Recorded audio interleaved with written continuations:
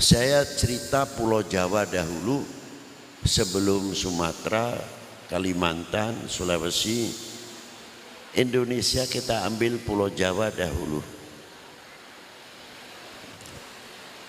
Tinggal kita mau mencatat, mempelajari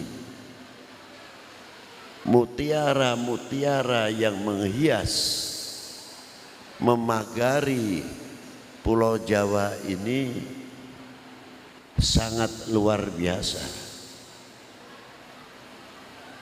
Di antaranya dari mulai Banten, Merak, sudah ada di atas tebing itu Maqamatil Aulia. Di Bantennya Maulana Hasanuddin. Di Cikaduen tidak jauh Maulana Mansur.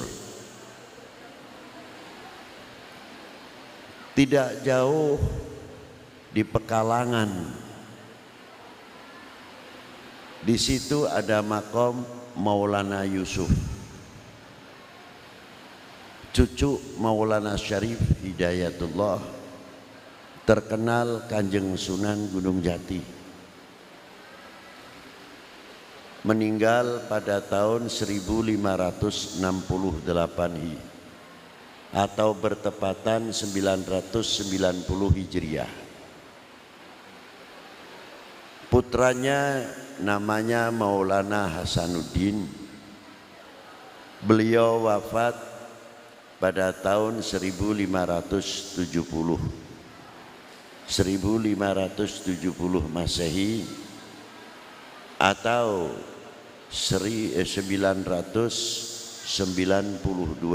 Hijriah. Diteruskan oleh generasinya Sayyidi Syekh Muhammad Yusuf. Setelah wafat ayahandanya memimpin 10 tahun. Maulana Yusuf meninggal pada tahun 1580.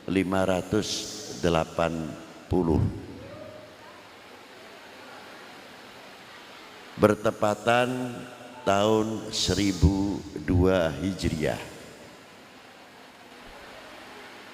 Kita tarik lagi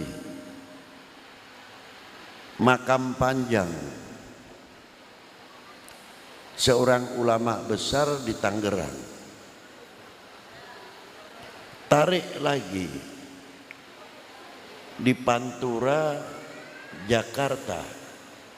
Di situ yang paling tertua dimakamkan di Kampung Bandan, As-Sayyid Muhammad bin Umar Al-Qudsi, meninggal pada tahun 1117.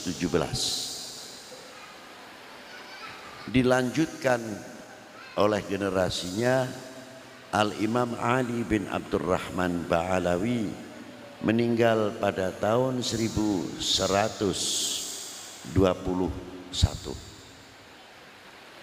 Tidak jauh dari makam tersebut yang terkenal sekali dengan panggilan keramat luar batang, yang Tumbahan, digantikan Ibn Abbas atau pemerintahan Abbasiyah wassalam.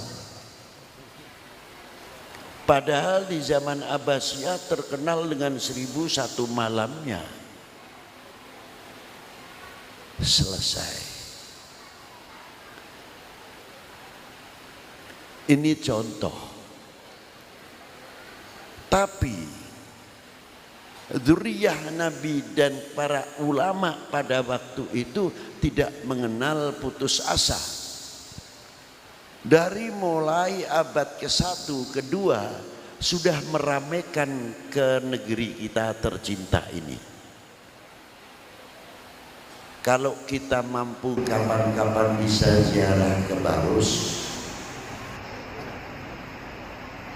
di daerah Taman Tapanuli, di situ ada makom di atas tebing namanya Syekh Mahmud, cucu cucu Mu'ad bin Jabal. Meninggal pada tahun 68 Hijriah. Jadi abad pertama. Dan beberapa makam-makam yang lain sekarang alhamdulillah telah terpelihara lebih baik.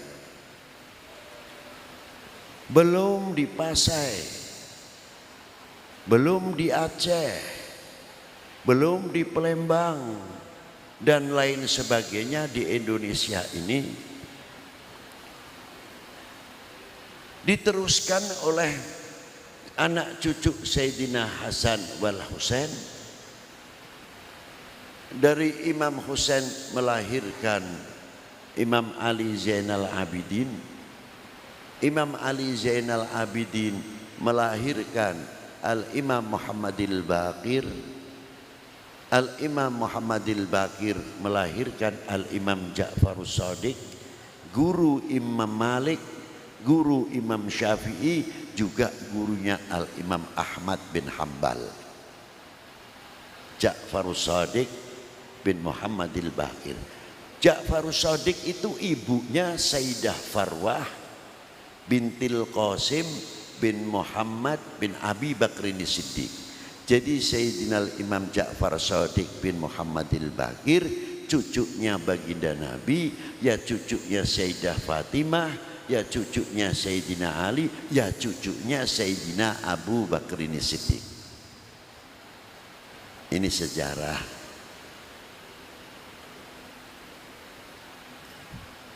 Dari Al-Imam Ja'far Shadiq melahirkan putra Al-Imam Ali Al-Uraidi, mempunyai anak Muhammad An-Naqib, mempunyai anak Isa An-Naqib, mempunyai anak Al-Imam Ahmad Al-Muhajir radhiyallahu taala anhu.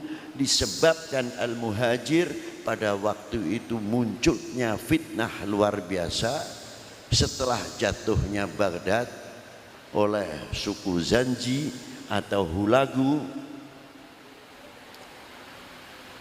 Syed Ahmad sampai dirinya masuk menyelamatkan, masuk ke sumur, ngumpet. Apa bahasa Indonesia ini ngumpet? Sembunyi. Nah.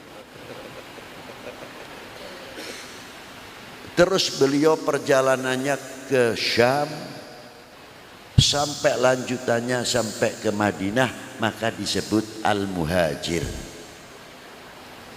Begitu masuk ke Hadramiyah, tinggal di Tarim. Pada waktu itu di Hadramut madhabnya masih Ibadiyah. Masih madhabnya apa? Ibadiyah, pecahan Khawarij. Sejarah, tolong dengarkan baik-baik.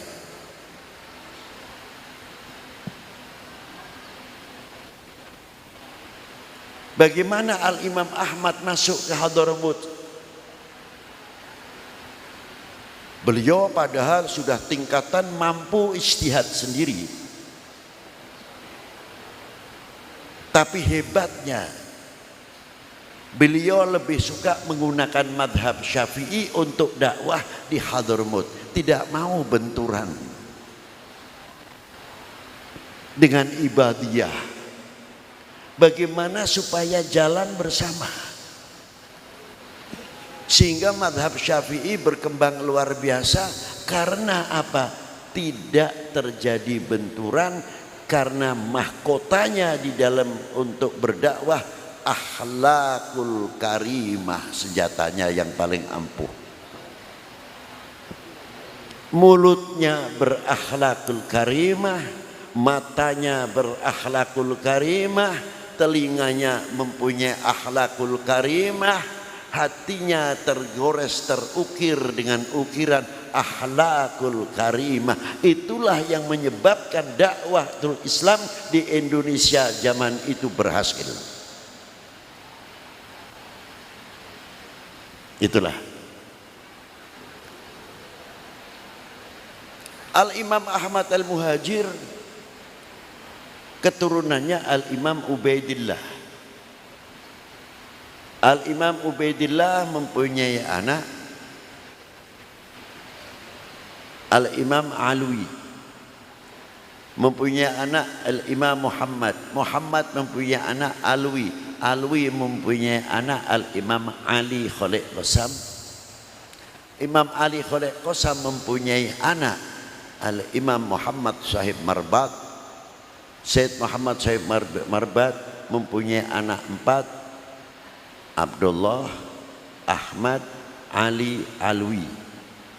Ali ayah Sayyidina Faqihil Muqaddam yang menurunkan bin Syah Abu Bakar, Al-Attas, Al-Sagab, Al-Musawwa, Al-Idrus dan lain sebagainya, Al-Jufri, Al-Kaf bin Yahya, Ba'bud, Basyaiban, semua dari Faqihil Muqaddam Muhammad bin Ali dan lainnya.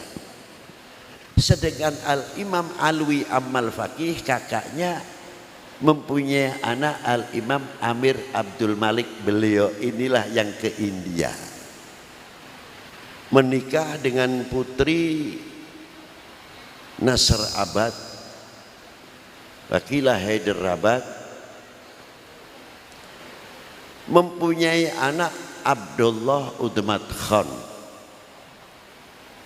gelarnya Udmat Khan. Mempunyai anak luar biasa Imam Ahmad Shah Jalal. Beliau inilah yang pertama kali masuk ke daerah Vietnam, Kampuchea, Champa atau Cham. Pada waktu beliau masuk ke daerah tersebut masih ramai bertikai antar kedua kerajaan, agamanya sama, kerajaan berbeda, baku hantam setiap tahun makan korban. Terus datanglah Al-Imam Ahmad Shah Jalal. Begitu datang karena akhlaknya yang luar biasa, dua kerajaan yang selalu bertikai satu agama menunjuk Al-Imam Ahmad sebagai perekat. Akhirnya dua kerajaan menyerahkan kepada Al-Imam Ahmad Shah Jalal, terserah mau dipimpin silahkan. Dari akhlaknya, keturunan Al-Imam Ahmad Shah Jalal, Al-Imam Jamaluddin Husain. Dari turunan Al-Imam Jamaluddin Husain ini bertebar, karena Imam Jamaluddin Husain ketika setelah belajar menempuh ilmu yang luar biasa, pertemuan di Pasai dengan ulama-ulama yang disebut Al-Maghribi masuk ke Indonesia sekitar 2 kapal berjumlah 90 orang yang diteruskan oleh Al-Imam Ibrahim Asmorokondi, Malik Ibrahim, yang datang ulama bersama beliau lebih dari 300 ulama. Jadi jangan heran kalau Al-Maghribi kuburannya banyak, karena yang datang bukan 100 orang, sampai 300-400 ulama Al-Maghribi, dikenal dari barat, artinya timur tengah. Itu hebatnya. Beb, kok di sana ada Maulana Maghribi? Ya iya, yang di sana ya Maulana Maghribi. Apa di situ petilasan itu tongkatnya? Mungkin ada yang pendapat jubahnya. Masa ulama mengajarkan ziarah kepada tongkat? Ya tidak mungkin.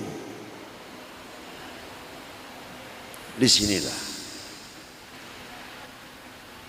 para beliau tumbuh luar biasa, ulama-ulama di daerah Sumatera sampai daerah Kalimantan sampai daerah Sulawesi dan lainnya, di fak-fak di Papua.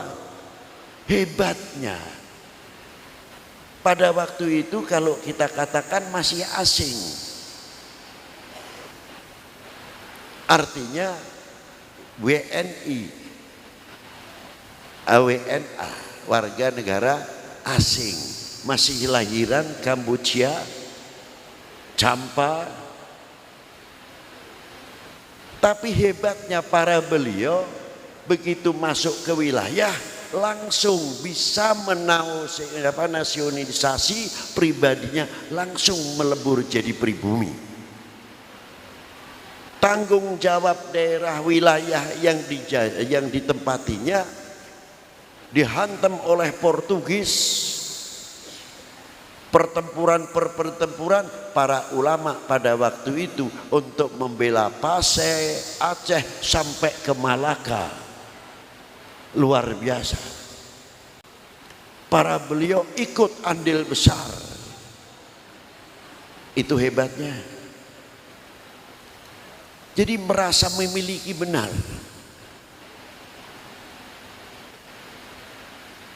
Tapi pertanyaannya, mengapa Malaka bisa tumbang? Bagaimana Malaka yang jadi sumber penyebaran Islam mulai bagaimana cara ngembosi Malaka supaya bikin dari dalam perpecahan, bikin hoax, tidak percaya kepada sultannya, tidak percaya kepada ulamanya. Kalau di sini mungkin istilahnya TNI atau Polri-nya pada zaman itu umpamanya. Dibikin supaya tidak percaya kepada polis dan tentara pada waktu itu, sehingga umat ini goyang. Akhirnya jatuhlah kerajaan Malaka di tangan Portugis pada tahun 1511. Sejarah. Nah, ini kira-kiranya saya mau tanya sedikit. Kami sadar mengakui kalau kita ini bangsa Indonesia tidak? Loh, kok diam? Kita menyadari dan mengakui tidak kalau kami atau kita ini warga negara Indonesia? Bangga atau tidak menjadi warga negara Indonesia? Tunjukkan kebanggaan itu. I am Indonesian. Saya adalah bangsa Indonesia. Jangan melempem kalau nyebutin bangsa Indonesia. Karena dengan kekuatan mengatakan Indonesia dengan tegas, menunjukkan jiwa kesatriaannya yang memiliki handar beni nasionalisme yang tinggi untuk benteng-benteng Pancasila, benteng-benteng NKRI yang kokoh. Karena apa? Fanatisme. Tapi kalau sudah melempem jangan diharap. Kuncinya di situ.